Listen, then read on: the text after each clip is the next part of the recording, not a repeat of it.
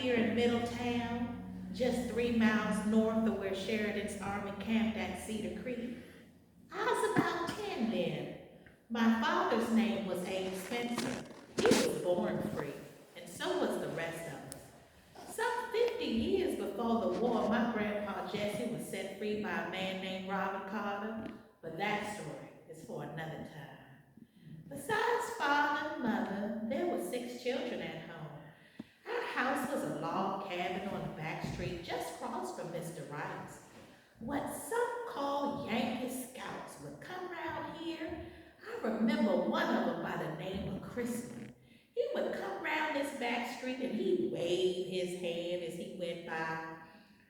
During the war, they got to fighting so up and down this valley. But them rebels, they didn't get to stay no time. It was mostly the northern troops that we had round here. During them days, we never knew what was gonna happen. Whether you were white or colored or slave or free, we was all hungry, we was all afraid. In them days, the soldiers would come right in our garden and take everything we had to eat. They'd come right in the cabin too. They'd carry off whatever they could find.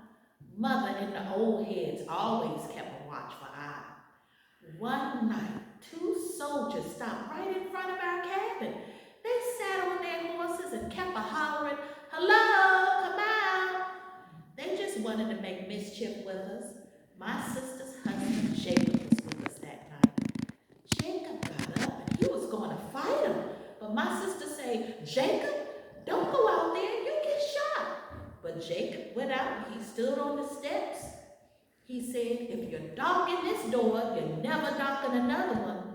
They answered by shooting right across his head. Just then, a guard who was staying at Mr. Wright's come out, and you know, them rascals got scared and they ran away as fast as they could. One October morning before day, when we churn was still in bed, an old colored servant named Uncle Billy, he belonged to Mr. Wright, he come knocking at Mother's door and say, "Get up, Henrietta, get up, they're fighting." Mother roused us children.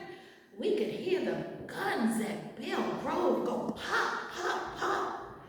Bell Grove was just a mile and a half out of town. Mother went to the gate and we children went too, clinging to a dress table. Mother was a very nervous woman. She was scared most to death that morning. We stood awestruck by the thunder of the cannons and the screams of wounded men crying, "Oh Lord, oh Lord."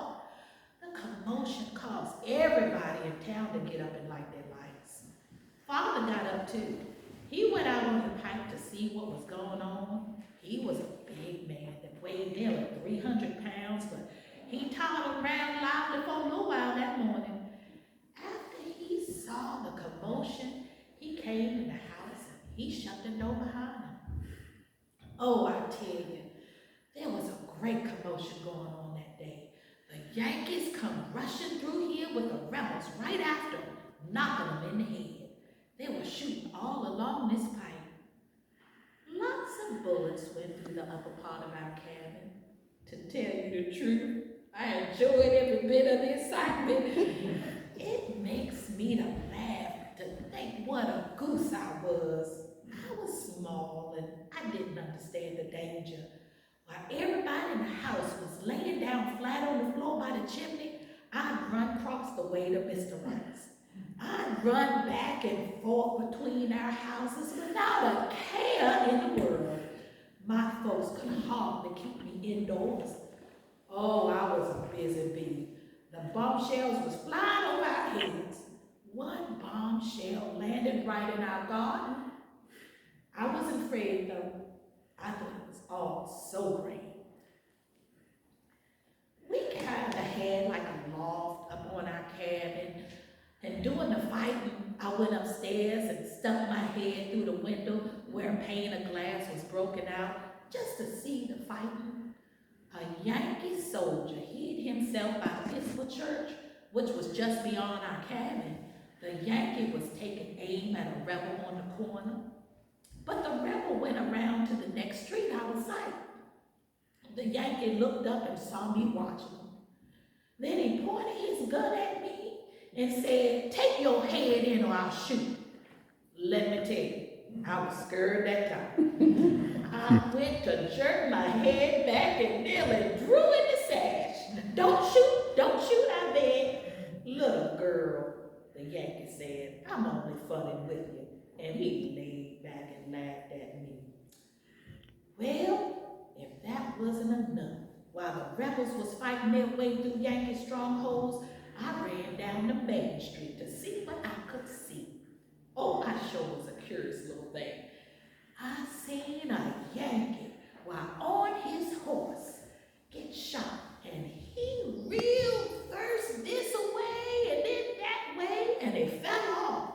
His saddle was covered in blood. I never seen nothing like that before. Then my parents come after me with a switch and whipped me back home. A few days before the battle, Uncle Billy brought a ham to our house. He wanted to keep his ham where it would be safe. As well, Uncle Billy wanted to put the ham in the window to keep the skippers out of it. If the skippers was already in the ham, the hot sun would make them come out and hop away from it and die. So Uncle Billy carried his ham up to the loft and left it in the windowsill. Now Mother told Uncle Billy that his ham wasn't safe in the window. If the soldiers would see it, they would take it. But Uncle Billy said, "Honey, I'm not afeard of them. Ain't nobody gonna take nothing from me." Well, the ham sat in the window on the side of the house overlooking the garden, and Uncle Billy didn't think any soldiers would go around that way. But on the day of the fighting, they went everywhere. A number of apple trees was on that side of the house, and some rebel soldiers was getting some apples and saw Uncle Billy's ham sitting in that window. And they took a pole and knocked it down. When Uncle Billy come to get his ham, it was gone. The rebels took Uncle Billy's ham. "Oh, Henny," Uncle Billy say, "My Lord, they got my ham." Mother say, "Billy, I told you not to put your ham in that window." Uncle Billy looked and looked. His ham was gone for good. Uncle Billy went all to pieces. After that, Uncle Billy had no more use for rebels. The day of the fight, there was an uproar all about town. In the afternoon, the rebels began their retreat. 2 rebel men come barging in our cabin and said, "We want something to eat." Mother said, "Well, you won't get no food from me. I've got nothing for you. We starving same as you. You certainly must have something here to eat," they argued. But Mother wasn't going to give our little crumbs away. The rebels talked very mean to Mother. "Are you slave or free?" they asked. Now, Mr. Wright, our neighbor, say to Mother, "Henny, anybody come around here troubling you, you let on like you belong to me, and you'll be safe." Mother say, my white people live across the way. My master, he be Mr. Wright." "Are you sure you a slave?" they asked. Mother say, "Yes, sir." Some soldiers were so audacious, they just to shoot you as not. Mother got pretty uneasy. She went to the door. I was walking right on her heels. Mother say, "Gentlemen, you better get out of here. The Yankees are on the next street." "No, they not," the rebels say. "We done whipped them Yankees good this morning, and they're not bothering about being around here no more." Well, to their surprise, Sheridan was coming back, and the 2 fellas started to run. On the corner was a Yankee cavalryman riding horseback. "Halt," he hollered, "give up your guns." He captured them 2 rascals, and that was good enough for them. They was fixing to make mischief with Mother.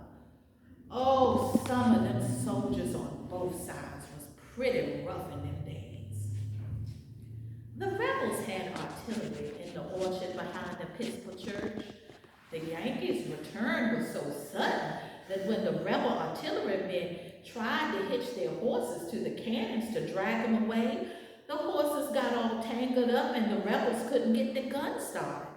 After that, we heard the Yankees backing the rebels through town. The day before the battle, Mother had done some washing and ironing for the men who were out at the Yankee headquarters. She baked them bread and made up a little nourishment, such as cakes and custards, and they double paid her. They thought the Southern cooking was just fine. Some of them even rode up to our door that evening and shook hands with Mother. "Glad to meet you, Auntie," they say. "You see, we're back on our old ground once more." It wasn't quite dark when the Yankees had left our cabin when Charlie Matthews come busting through our door. He was a poor, raw-boned, consumptive young strip of a man who was one of our white neighbors. "Aunt Henny, Uncle Spencer, save me!" he cried. Them same Yankees who had just left our cabin had been looking round for rebel scouts, and they happened to see Charlie down the street wearing gray clothes. Everyone dressed in gray clothes had to tell him his business or get humped. So Charlie ran, and the Yankees ran after him, but he dodged a corner, and the Yankees lost track of him. I remember Father pushing Charlie up the chimney that evening. Later on, Yankee soldiers come to our door. They asked if we seen anything of a young fella running around here dressed in gray clothes. "No," we say. "We haven't seen no strangers. We haven't seen nobody but the folks we know." That seemed to satisfy the Yankees, and they went on their way. We had to keep Charlie up the chimney till well after night.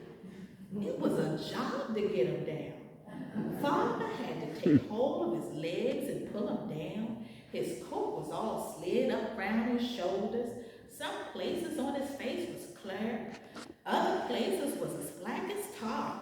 His clothes was all full of pot black soot and stuff, and his hair was standing up straight like bristles.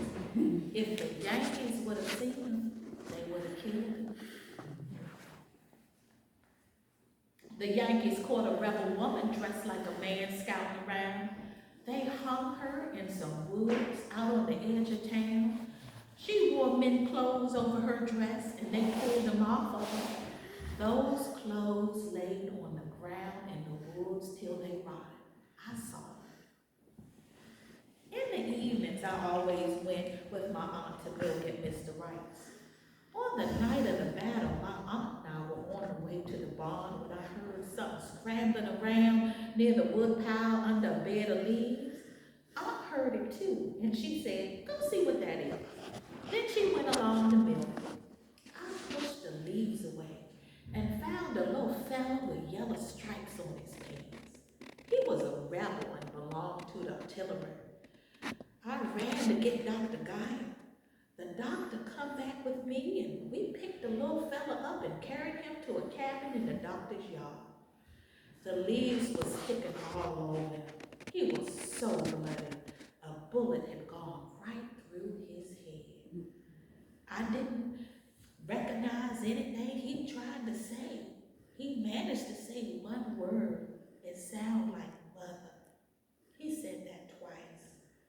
The next night he died. And he was buried behind the Episcopal church. Someone wrote to his parents. They was well-to-do, and they said and got him. The morning after the battle, Father took me out to a field where there had been some heavy fighting. As Father led me by the hand, we saw one man hunched over a fence. The top of his head was shot off. His brains and his scalp was in his hat. Oh, it was the most scandalous thing I ever saw in my life, the way men's was all shut up to pieces. To this day, we plow bones out here in the field. We find bullets and Yankee buttons and buckles with USA on them.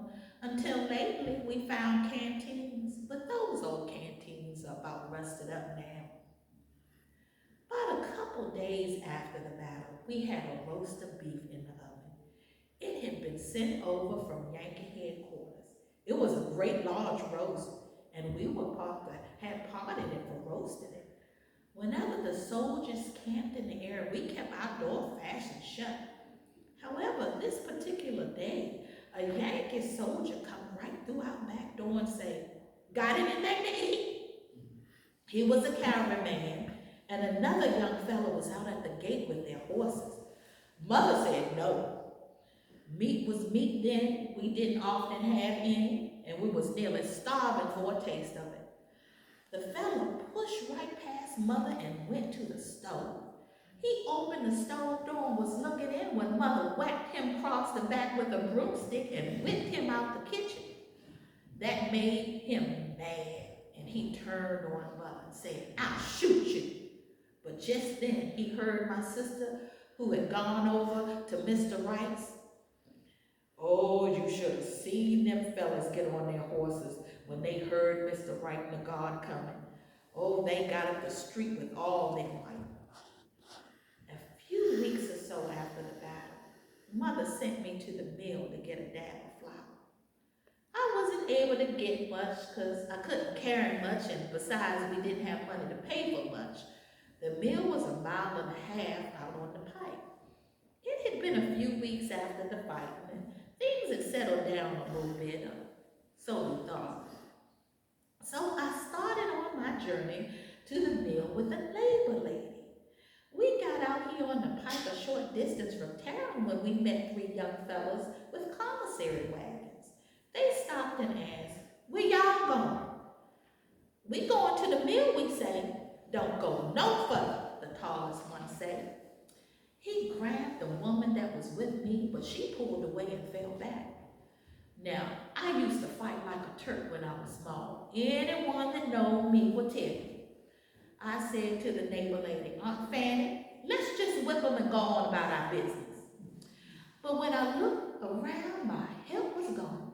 Fanny was a great large woman, but she could run like lightning. I was left to fight these 3 fellas alone, and I was ready for it. "I'm not afeard of you," I said. The tallest one grabbed me, and I fought with my hands. I scratched, I pulled, I kicked.